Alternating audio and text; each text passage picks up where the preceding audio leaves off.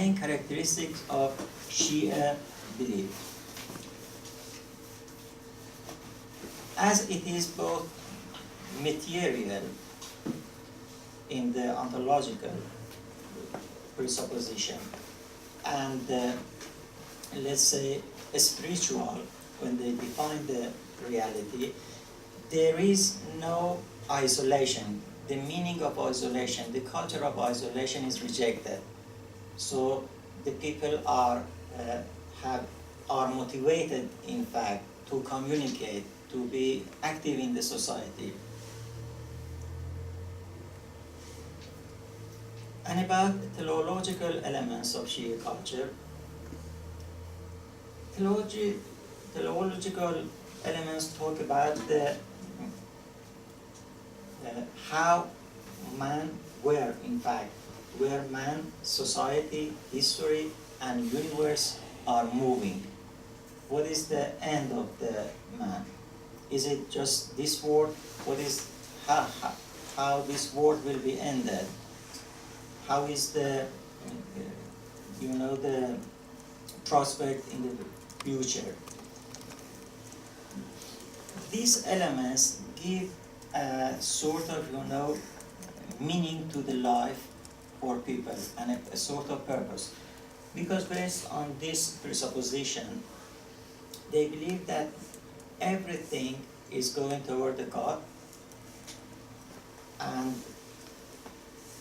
it will be also hereafter life called Ma'ad, and also for this world they have the idea of Mahdis as a survivor, which in fact makes a lot of hope for people. So they say one day, as far as the Mahdi is concerned, somebody will come and solve the problems, and so is a hope for this world. And about after death, another thing, there is Ma'ad. People should respond there based on what they did in this world. So it's another hope. And this will be manifested in the behaviors, economic behaviors, political behaviors, and whatever. About theology, as I said, it can be discussed as a part of ontology, but as far as the importance is concerned, I discuss it in a separate one. Monotheistic tendencies, obedience of the divine law, worship and pray, intercession, or shafa'at, tawassul, and tawakkul. These are some main elements that one can trace in Shia culture, and they are in fact traced at the worldview axis.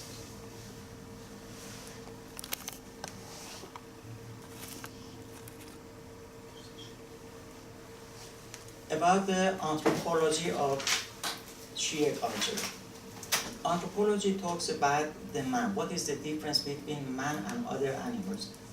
For instance, when you talk about Darwinism, you will have social Darwinism, economic Darwinism, whatever. So, is man a sort of animal like others, or is it different? The meaning or the concept of Khalifatullah for human it talks about man's vicegerency on the earth, gives a special place for man in the world. This place also, and based on the anthropological elements, give divine moral cause versus natural cause. So they have a tendency toward divine and moral cause rather than natural law. Natural law is another theory relating to anthropological elements, but is quite opposite of divine moral cause in this sense. Another thing that can be presupposed is that man is two-dimensional being, spirit and matter. So they should have plan both for spirit and just both for man as far as is consists of matter. Ruh and jism, ruh and matter. Man has free will. It has free will. He can do this or choose this one or that one. Progress and attributes of God. Another meaning that can be, so the two last ones are also important. Free will is incultured in Shi'a society. They say we have free will. So free will should be manifested in the political system, in the economic system, in the concept of property when we go to the economy, in the, let's say, about the right to choose or to be chosen. Shia culture, they had a struggle from the beginning of Islam till now, just every day better than yesterday, as far as they get power just to have the government. And now in Iran, you see there is religious democracy or Mardam Salahi Dini is based on the anthropological elements of Shia culture, or is affected, in fact, let's say, because there should be grounds and capacities for some political, economic theories to be ground. And okay, another parts of the same topic, responsibility and accountability. So if man has a specific position in the world, he should be accountable, should be responsible about what he does. What he does also should be accountable, because later it will be judged, rewarded or punished for that hereafter, or even when he talked about this in the individual, for his individual behavior also, not only in the social behaviors. And about this, there are something about nafs. Of course, this in three parts is in culture, and the last two ones is going to be in culture. Now, Elias believe in it, but maybe in future the whole society will be affected by it. They thought when you are doing something, you may be accused, if it's wrong, you may be accused by a nafs, which is called self-accusing, or nafs al-lawame, or the inspired nafs, which is mulhama, or the inciting nafs, which is amara. These three, one will stop man, one will, let's say, push man to wrong things, one will stop, and one will, and later the more man moves toward spirituality, the more the better levels of these nafs will be established in his personality. But as far as the people of the culture, the majority of people are concerned, the first three ones are in culture now. They use it in their daily behavior. At least if they don't do something, in fact, they try to justify it. So it shows that it has the presence in the culture.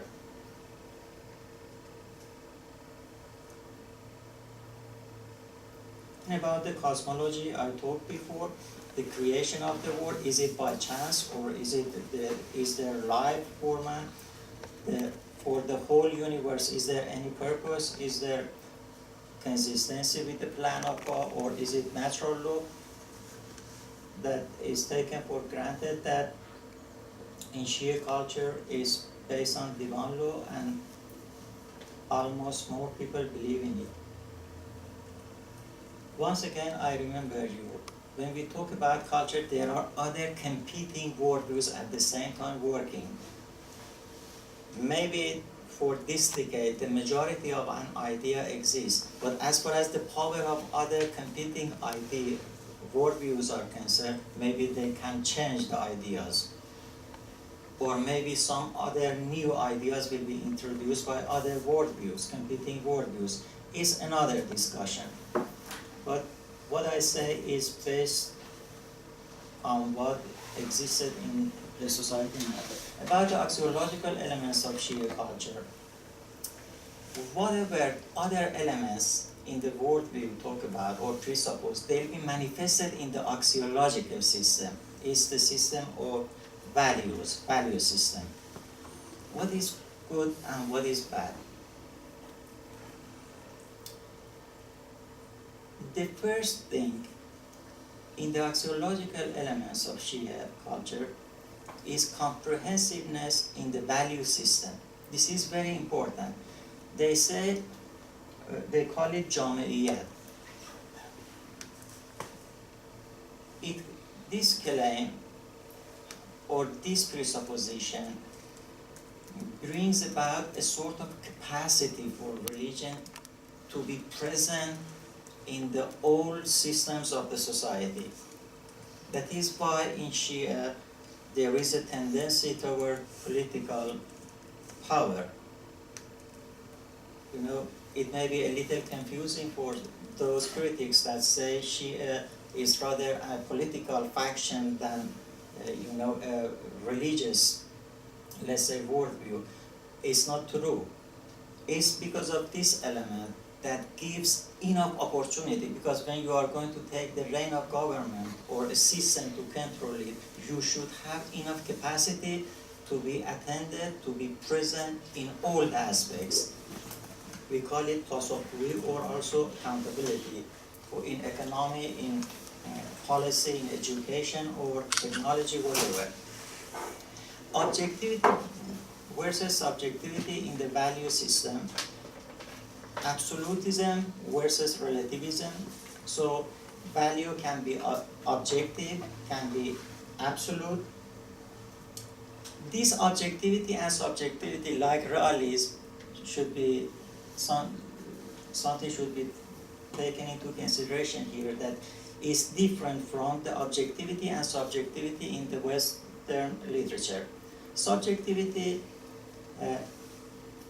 here the value, they say what do you think about something that is good, maybe in other society it may be bad.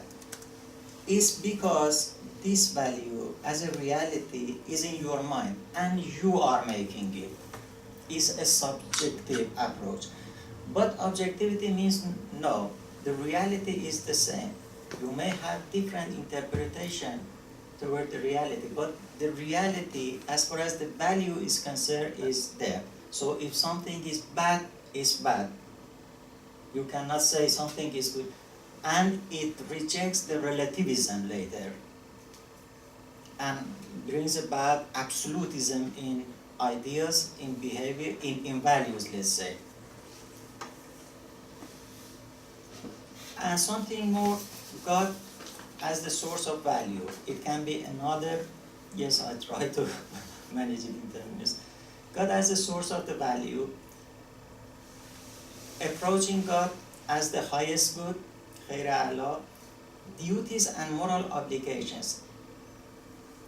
Takalif is very important. Takalif,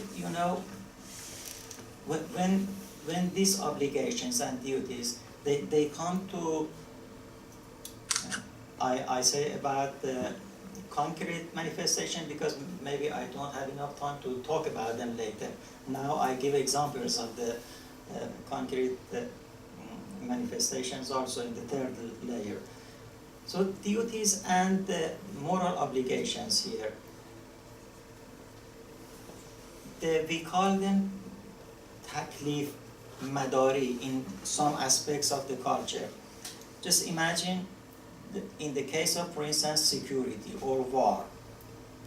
There is a war. an Islamic jurist can give fatwa for jihad.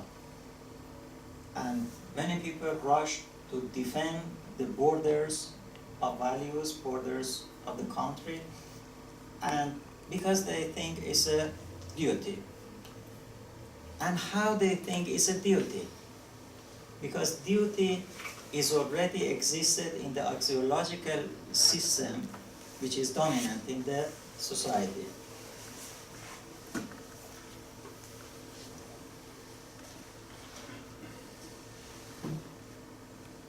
And praxeology, two things just about having plans for the life. Ijtihad is the most important concept. And another thing is that the holy ends justify the holy means. That brings about or introduce expediency also later. It means that you can achieve any goal, but not through any means, except through holy means.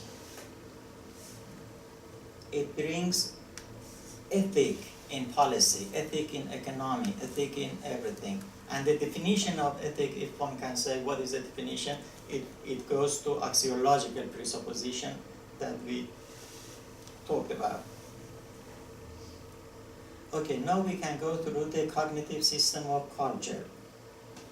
The second layer can be discussed under different categories.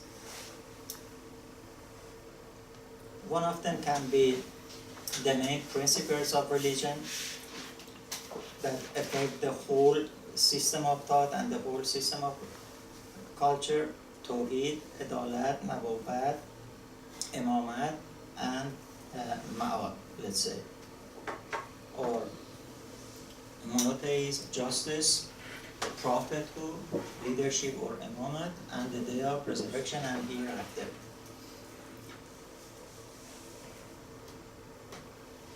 I don't go through the implications of these principles. Another thing that, as I said, in the second layer we have principles, procedures, reference groups, sources of information. Sources of info, reference groups. The most important reference group in Shi'a culture, not only nowadays, but for the last centuries, have been the institution of Ruhaniyat, the clerics.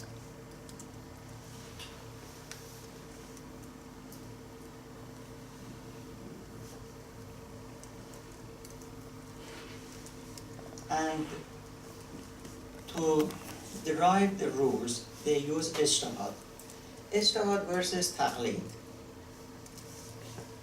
Ijtihad is something that is done by mujtahid just to solve a problem. If there is a problem in the society, it's the duty of mujtahid. And how the mujtahid uses it? It uses the following sources of information: the Holy Book of Allah, Quran, the Sunnah of Prophet, and consensus or ijma and reason. And the Sunnah of Prophet, they say the transmitters of the Sunnah of the Prophet are also the infallible Imams or Ahlul Bayt.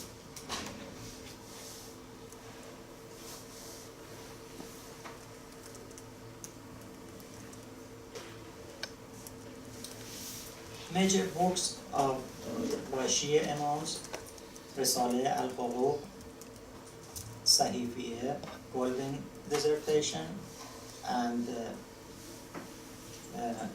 another Sahifiyya that is related to Imam Rizai's.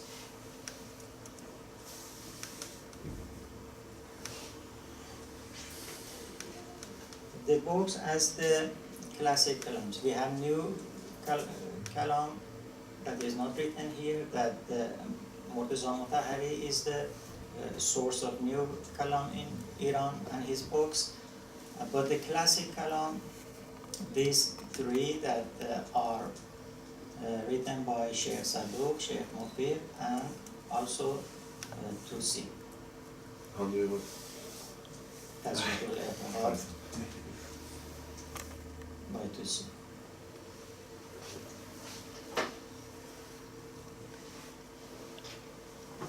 Okay, and also they have Kutub Arba'ah as a source of information. Is very important for them in Shia culture, that just you can see, especially copy. And also I've written here natural balagha, but it's not a part of this Kutub Arba'ah, but is another source.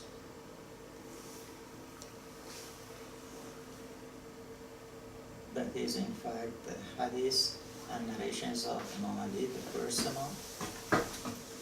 Supplications and prayers, collection of dua. These are dua or supplications. It has also a specific place. Also is a part of epistemology. When you go, I didn't have enough time to go through this aspect. How is possible you through dua and the prayer to solve the problems? Is incultured in Shia system. When you talk about reason, when you talk about revelation, when you come down about experimental procedures, this concept also is within reason and revelation and nabuwah.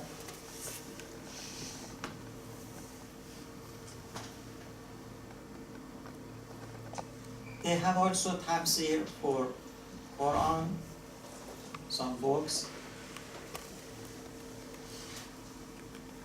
Okay, another part, I try to summarize the layer 2, and now I scan the concrete manifestations at the third layer, the last layer.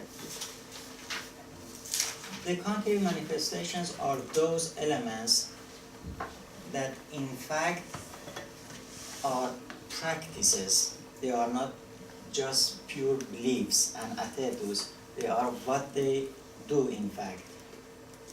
That there are 10 the principles of behavior of furu'eddin. It can be the first part of this layer.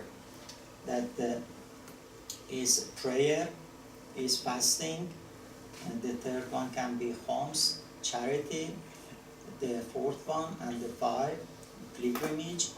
Then we have jihad, also amr bil ma'ruf or commanding the good, nahi al munkar or forbidding the evil, and we have tawalla and tabarra. These 5 principles, or let's say practices, they have also, they introduce some main elements of Shia culture. And this is a picture, meanwhile, of mourning for Imam Hussein, Ashura, in Afghanistan. Now we come to the socio-political systems. What are the cultural elements in the socio-political system?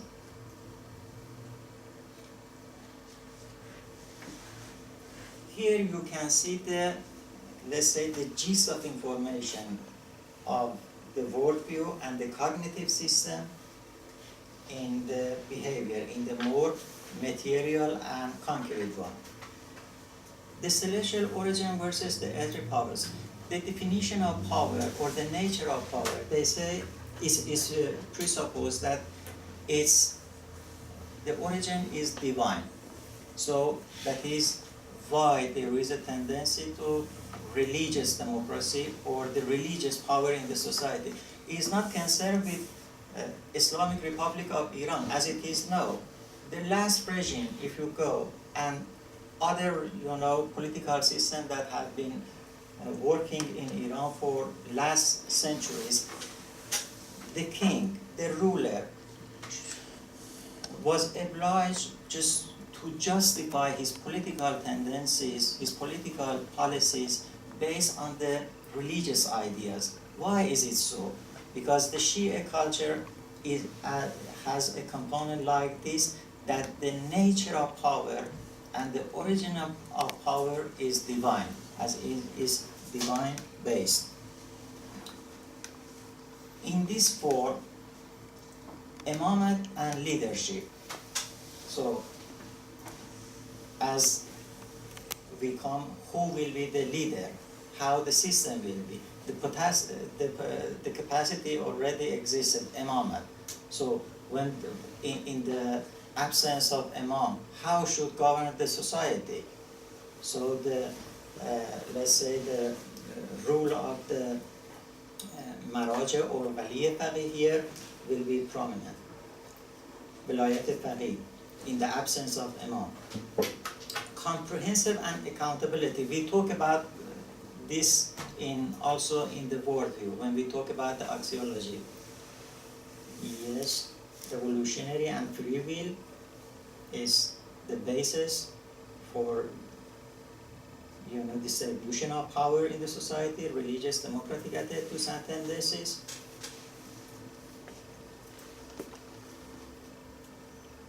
Okay, is there any other time to continue or just? I think we should open up for discussion.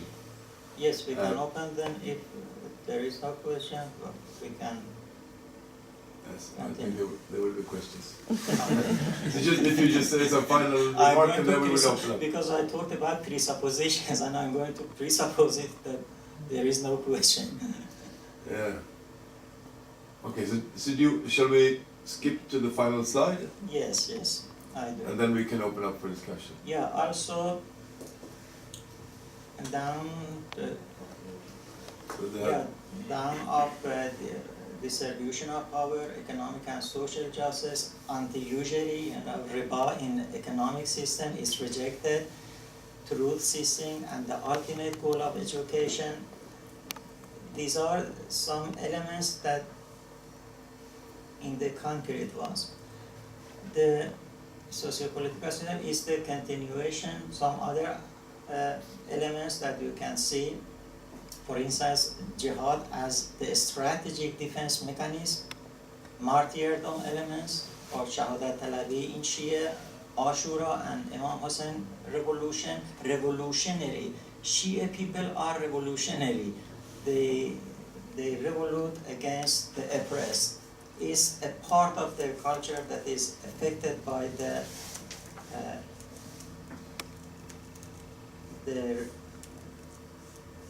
imamat, the concept of imamat, and Ashura, Imam Hussein in specific. And also when we go through the art, through the recreation, through literature, we see the effects of the dominant worldview of Shia in these areas and fields also. So you will have, let's say, when you go to theater, you will have something that we call it ta'ziyah. Is taken from Imam Hussein, is taken from Ashura, is taken from cognitive system. Or others, when you go to literature, or when you see the poems, and about the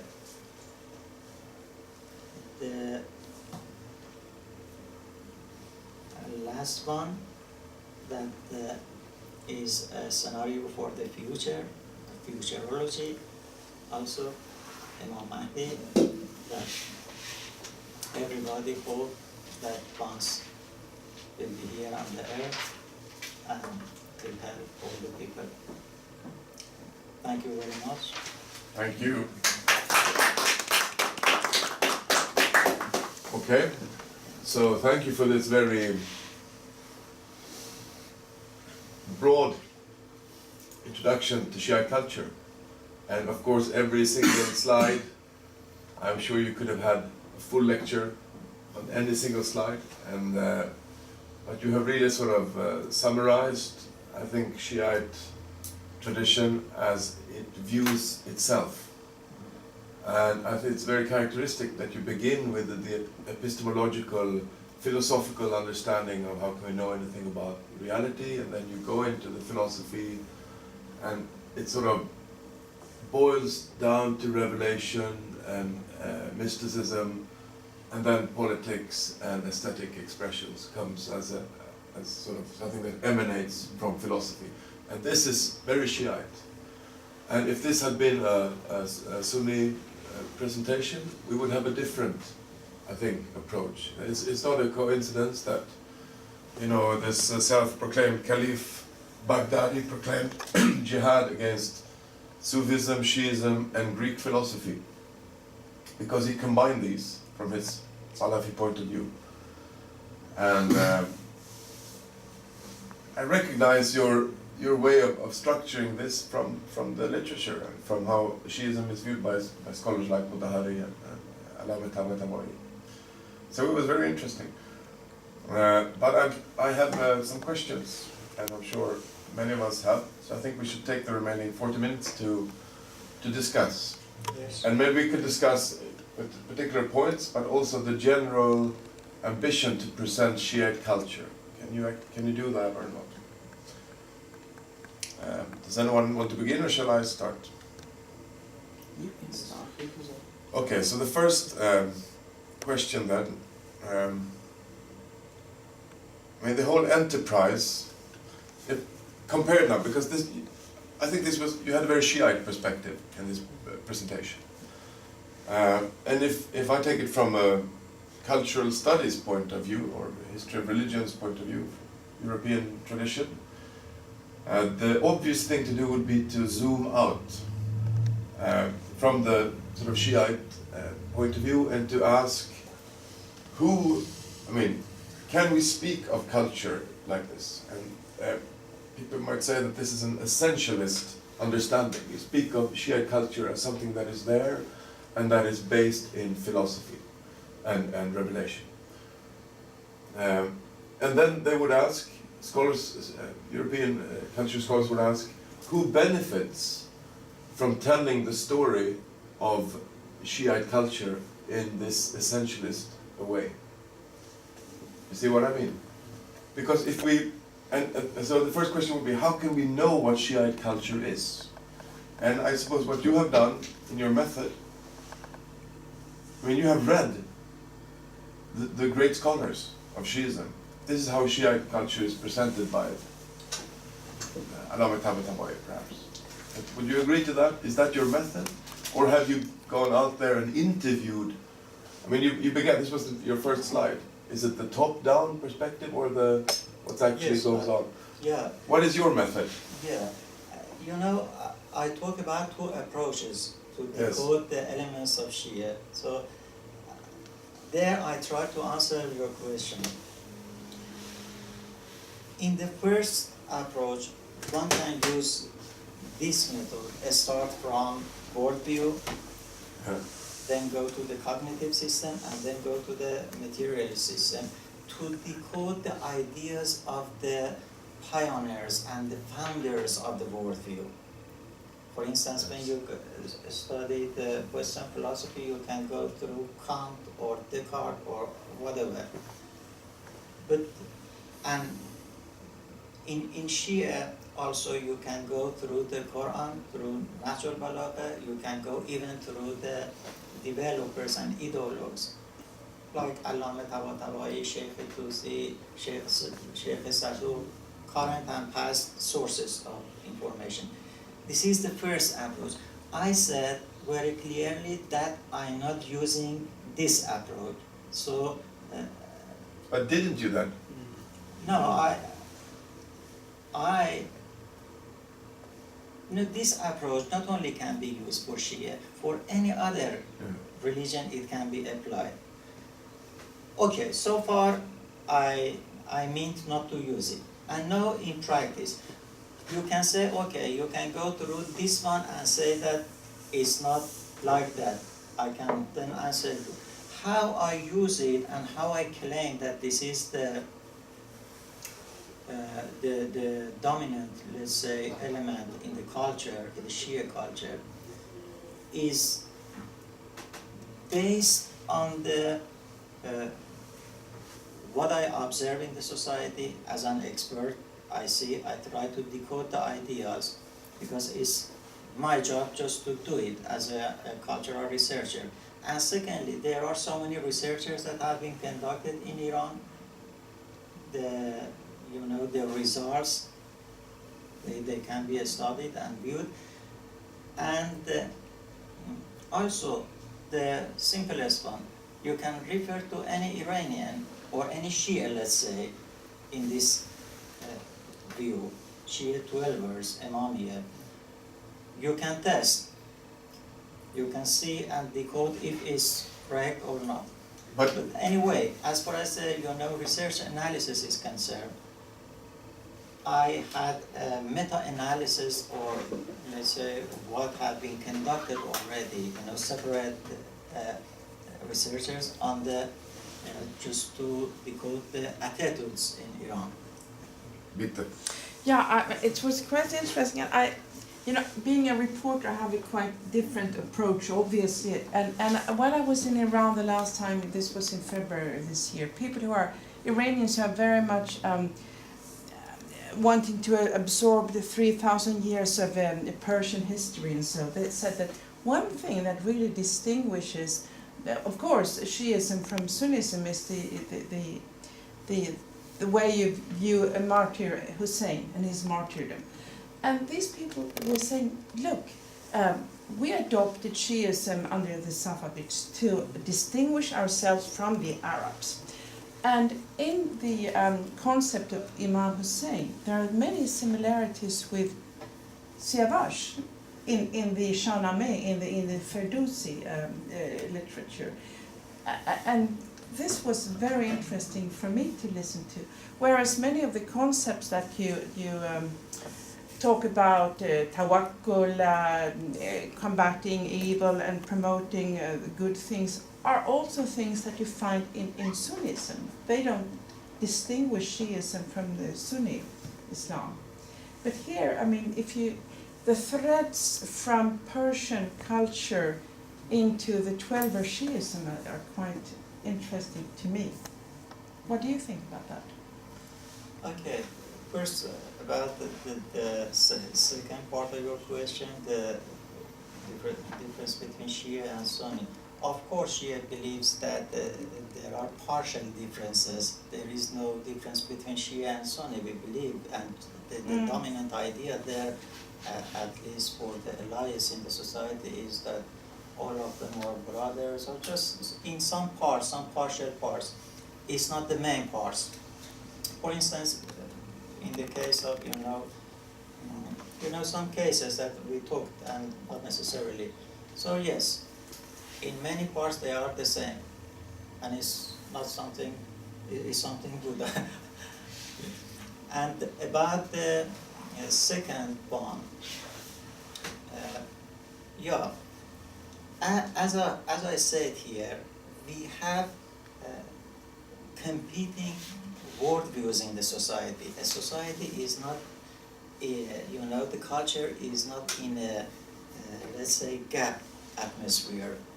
There have been already a culture when another worldview and another culture, before Islam, of course there was a culture in Iran, an ancient culture, a great culture that affected the world. And later, when the Islamic worldview came, of course Iranian culture and worldview, they had many capacities just to take it, because specifically when Islam came through transmitters, and all the transmitters have not been the right sources. Of course, Iranian culture had some abilities to purify, and it worked also. But yes, and when you talk about ordinary people in the society, you may have seen some influences and attitudes of the different worldviews also. Of course, in Iran, and even in Sweden or any country, you may go to a specific individual. His answer regarding to your questions will be just mythical, not based on the philosophy and reason, not based on the science. And just to say, because this guy said like that, or like that, and it's also in Iran, maybe the answers that you hear will be from different. But the dominant, the question, when we talk about culture, we talk about the majority of people, the dominant worldview. So, Yep. Shia works. Okay, good. Thank you. When we talk about Shiism or Shia Islam in general, nowadays it has become a kind of an indicator only to the 12 imams or the 12 imam sect within Shia Islam. In meanwhile, you have at least 5 or 6 other different branches that goes even within Shia Islam. For example, you have Ismaili and you have Zaidi, and you have also within Ismaili, then you go to Batini and so forth. When you have presented your remarks on Shia, the focus was actually on the 12 imams there in that section. Yeah. First of all. Second of all, the most focus was also on the Shia and on the 12th Shia Islam in Iran, almost specifically. Because, as an example, I would just give an example. In Iraq, the majority of the people are Shia Muslims. And often, culturally, you will find tribal disputes where tribals fight or clans fight against each other because of feuds and revenge. Somebody maybe have killed someone, or they married the wrong women, and then they start fighting each other. Both are Shia Muslims, and the faqih cannot really control their actions. While in Iran, you don't have that very much, because the state is much more stronger, and even the faqih has a lot more control. And even the tribal society is not, I would say the society is more developed and has gone beyond the tribal society. So even there you have, both are Shia, but both behave differently due to cultural coherences. There was also another point which is quite important about the Wilayat Faqih. If we see today, I believe, I need to look this fact up actually to be more sure, but I believe that the Sistani, Marja Sistani, is the faqih who has the most followers in the world. Not even in Iraq, but globally. And Sistani, for example, doesn't apply Wilayat Faqih. While even in Iran, I've heard from some sources, and I need to check this fact, they say that even in Iran, the majority of people actually, they adhere to Sistani, making the majority of the people, even in Iran, do not apply Wilayat Faqih. But here it is spoken as if Wilayat Faqih is part of the cultural system for Shia Islam, both in Iran and making it also globally, while in fact it's only applicable in Iran and not even for the majority of the people. Thank you. Okay, thank you. You had 4 questions. Because I'm not good at short memory, if I'll I try to forgot, fresh just it up. tell me. Yes. The first question was about, I think, the approach that I used. You said it's about 12 Imamiyya Shia and just in Iran. And you talk about different branches in Shia.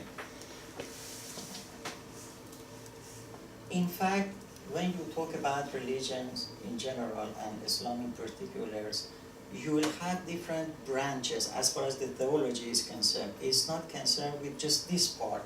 Of course, I don't believe that these branches of Shia, you call them, these are the branches of Islam. How? Just you tell me why do you take them a part of, as far as the cultural studies are concerned.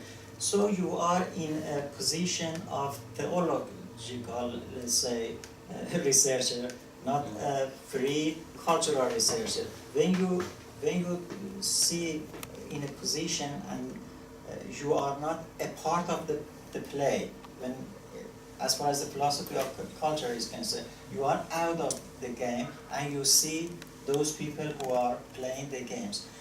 But when you go through the game and from the position of Shia or Sunnah or whatever, you start talking, just you will be a part of the games and a part of the elements of the game.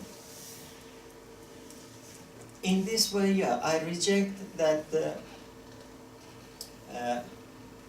your first question, and of course, in somehow I agree that I try to decode Shia Imamiyya. I've written it, and I was expected to decode it.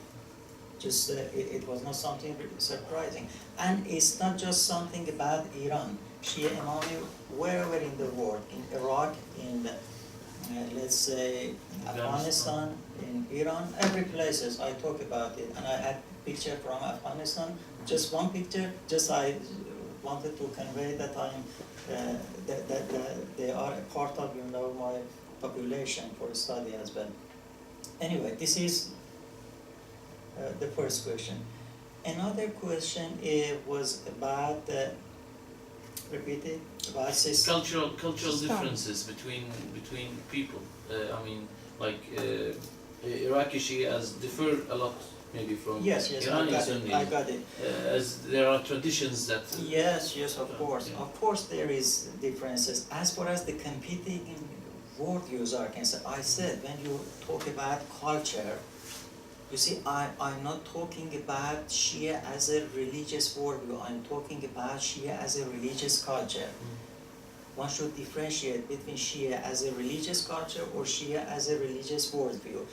When you talk about Shia as a religious culture, you talk about many people, major people in the society, that every day they are affected by other worldviews that are competing. They are pushing to the dominant worldview to just be replaced. There is a sort of a struggle between them and competing. It's not just in that, in all the societies in the world is happening. And of course, there are some mythical ideas, mythical attitudes, and elements of mythical worldview in Arabic, culture. That was why, there was a prophet in let's say Saudi, because it was such an idea, just tribes would have conflict, kill each other, and still some traces of that Arabic, pre-Islam culture exist there. Of course, in Iran as well, in Afghanistan as well, everywhere. So a new worldview that comes and claims to solve the previous problem still have some problems, maybe after some centuries with the previous, because culture is something that will be fossilized, the elements in the society, and easily they cannot be removed. Yes, in that part there are some elements, but it's not concerned with the Shia religious culture, it's concerned with the pre-Islam Arabic culture. And the other thing about Sistani, you talk Ayatollah Sistani, and about Wilayat Faqih. I think what you explain is not based on the definition of a Wali Faqih. You should, when you go to the definition of Wali Faqih says that some people, when they come at the point they are qualified, when they have the qualification, they will be Wali.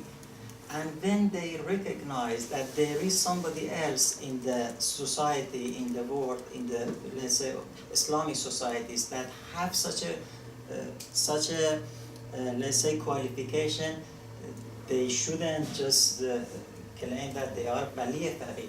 So Wali Faqih in Islamic and Shia societies will be one, either Ayatollah Khamenei or Ayatollah Sistani. So if Ayatollah Sistani today be Wali Faqih, Ayatollah Khamenei will say I am not. But as far as the alliance in the Shia culture, in the Shia worldview, they came to the point that he is the most qualified person and can play a function as Wali. So it means that Sistani should say no, I'm not Wali Faqih, because he is not in fact. Understand? But the So contradiction. this is not a question. Actually, the contradiction, if I just make sure, the contradiction is about the idea itself.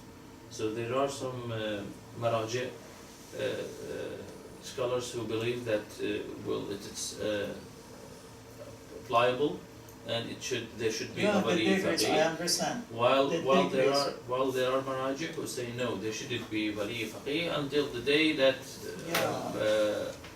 Imam Mahdi appears, and then he will be the ruler. Because how much knowledge or how much attributes or qualifications wali faqih will have, he will not be a ma'soom.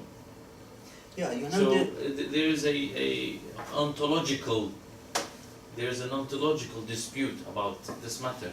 So there isn't really an agreement between Shia Muslims. It's not. You Only- cannot. Yeah, Not only within the branches in Iran and Iraq or Afghanistan, but rather even within Iran. Yeah, it's not disagreement. Just from the cultural point of view, I tell you, it's about, you know, the quantity and quality of knowledge production within Shia, you know, knowledge system. Shia knowledge system, as I talked in the, you know, foundations of worldview, is worldview, says that it's accountable. The accountability and responsibility toward the problems of the society. One of them is political, you know, system. How, why, how one can have the reins of government and have, you know, the political power. So this knowledge should be produced. And Vilayat al-Faqih, theory of Vilayat al-Faqih presented by Imam Khomeini was a part of this historical affair. Before Imam Khomeini, there was Vilayat al-Faqih theory, but it would say that in some parts, Vilayat al-Faqih should have the power. They call it Umur al-Isbiya or something like that. Mashruta. Yeah, they say in some affairs more personal, but it was rather because they didn't have enough capacity and power to have the government. The more they have power, the more they need just to maneuver in the society. So it's clear that when there is a religious Shia revolution in a country like Iran, and when the pioneers come and take the reign of government, so the Wali Faqih will be perfect. And the range of, you know, the path of knowledge production will come to a maximum one. It will happen in Iraq as well, if it go on, in Bahrain also, in other Islamic communities, as far as the, you know, the tendency get approached to such an idea. But there are differences in different times, yes. In some time, some people say a part of power we should have, a part of interference, let's say, limited power, and little by little then. So it's a question of, you know, the quantity and quality. But in the whole, they had believed in it, and they believe, and they try to strengthen it. Okay, I want to make a remark about this, the general thing of discussing cultures, Shiite culture, Sunni culture, Swedish culture, French, German, and this is something that has been in Western academia largely abandoned the last 20, 30, 40 years perhaps. And because people realized that talking about cultures like this as static and monolithic entities, that this was not politically innocent.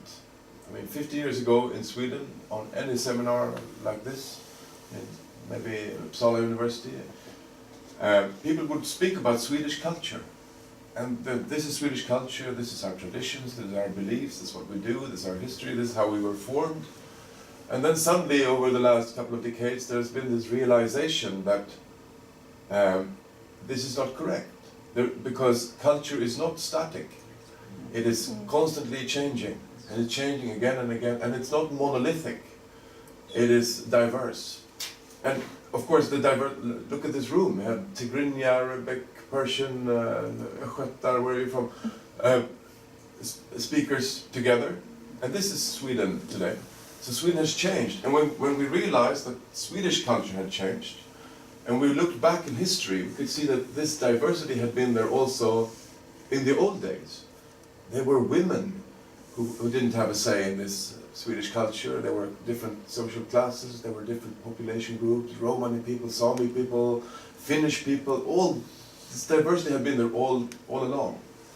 So then suddenly the focus started to be on, why do we speak of Swedish culture? Why did we speak, or still, why do we speak of Swedish culture as a monolithic and not changing entity? Well, because it was a way to build ourselves as a community. This was the church and the king and the scholars who spoke like this and who taught the children this story in the school so that we could become loyal to each other. It was a way to build our community. It was identity building. And that also made it politically not innocent, because Sweden was fighting with other countries, and Protestants were fighting Catholics, and we were telling the story of the Protestants.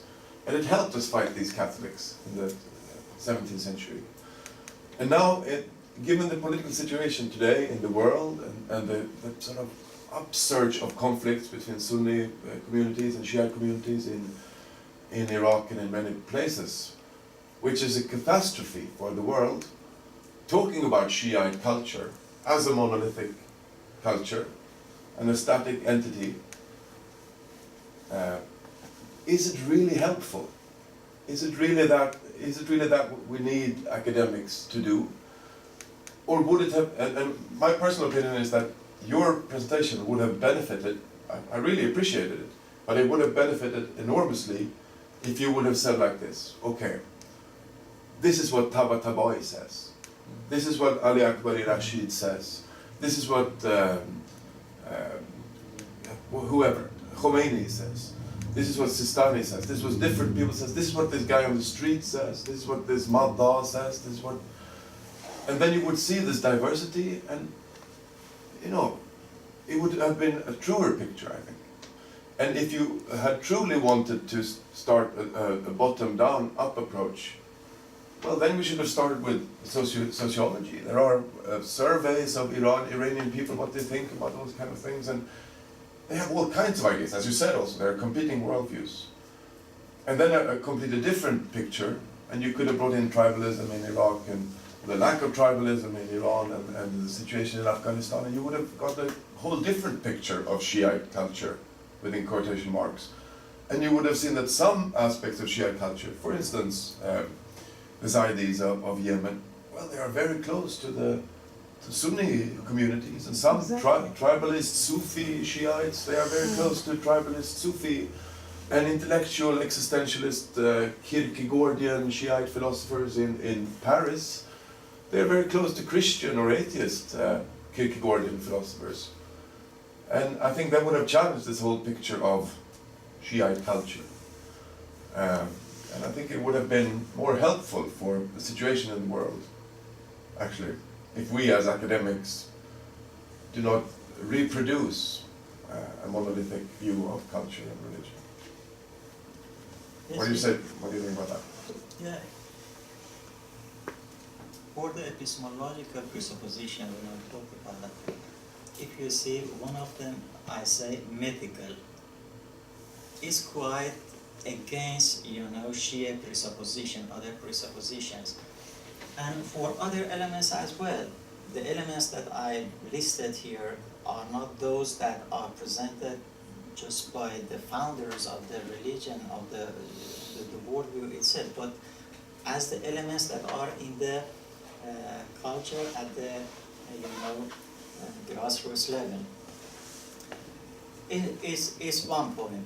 So you will have a range of ideas. Of course, because the topic is Shia culture, so I should say the majority of people, when we talk about culture, if it's culture, first we should say, is Shia culture? Have we Shia culture or we don't? If we have Shia culture, how many percent of the society, and based on what elements?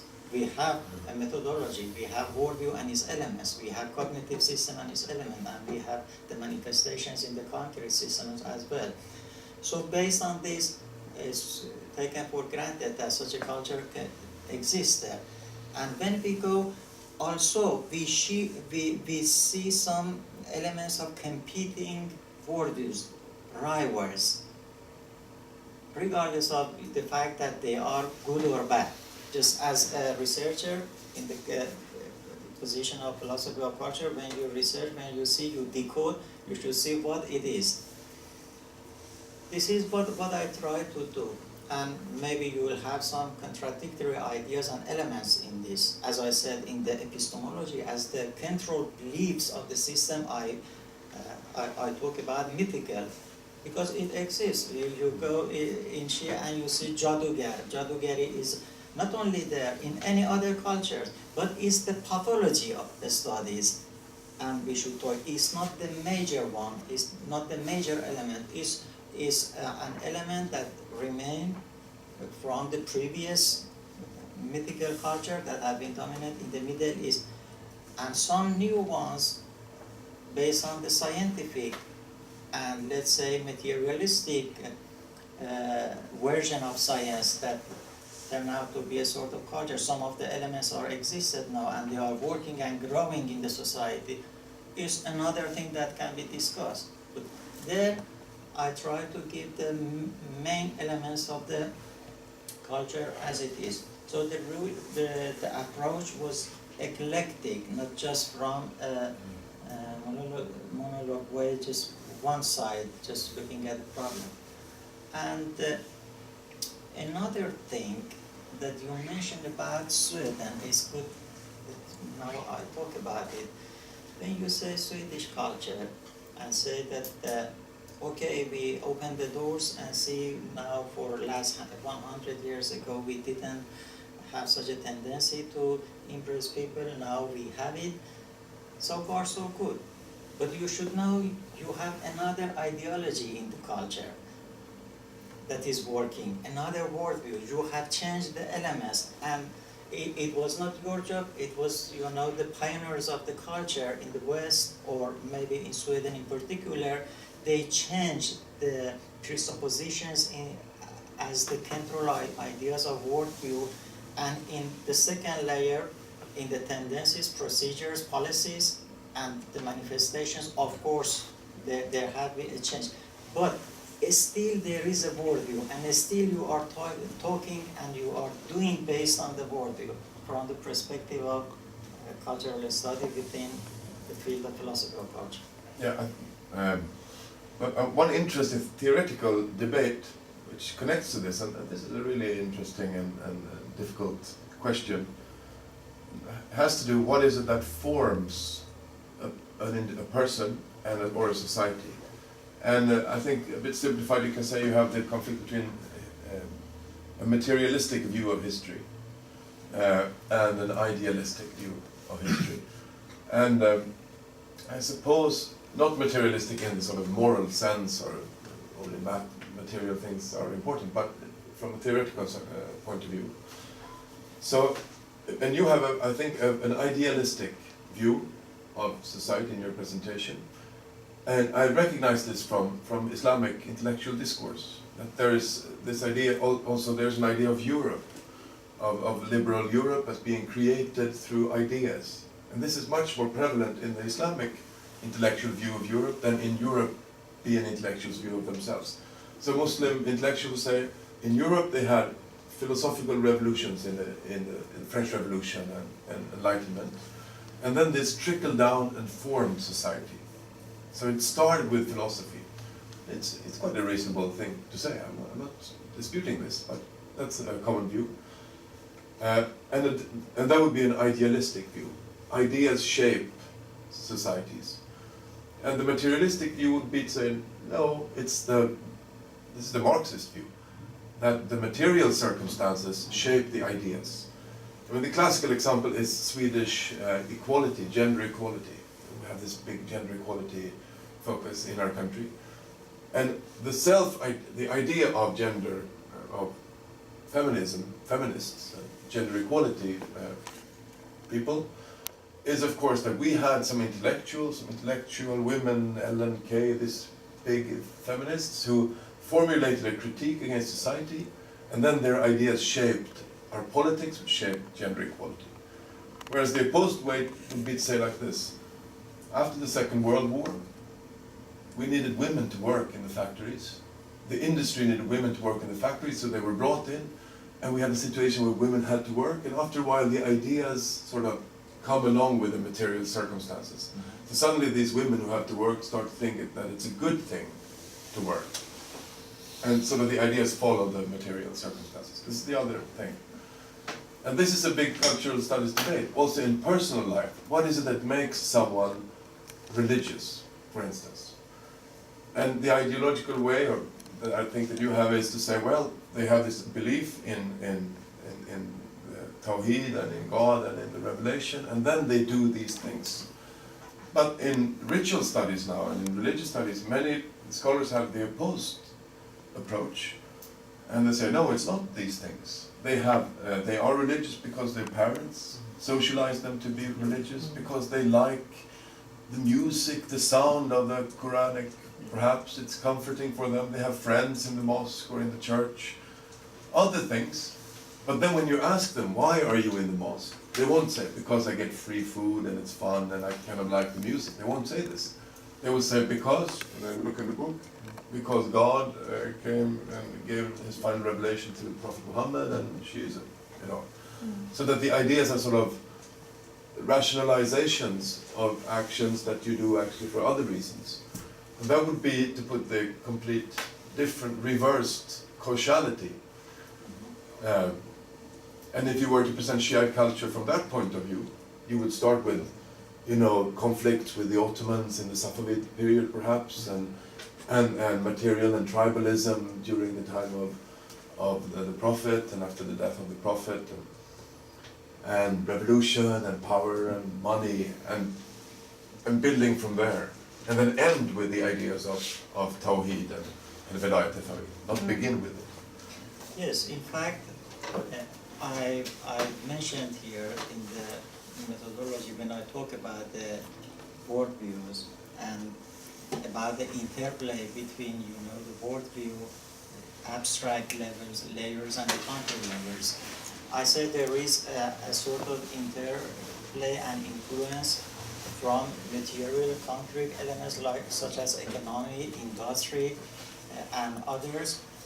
And so there is a line. It starts from worldview, goes to the most concrete one, and come back again, the reflection. So any change there that can be, because they are not in gap, when you talk about the culture, you should always talk about, take into consideration many variables.